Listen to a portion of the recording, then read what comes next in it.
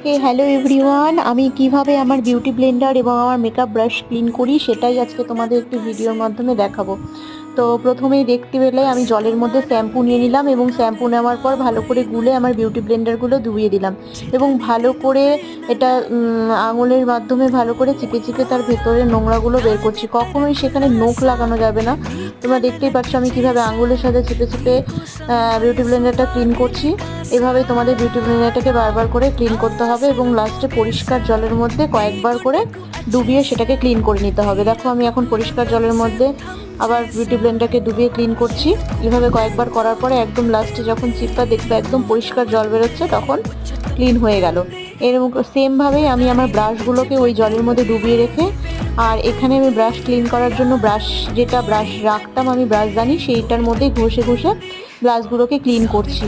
আর তারপরে পরিষ্কার জল দিয়ে ধুয়ে আমার ব্রাশ ক্লিন।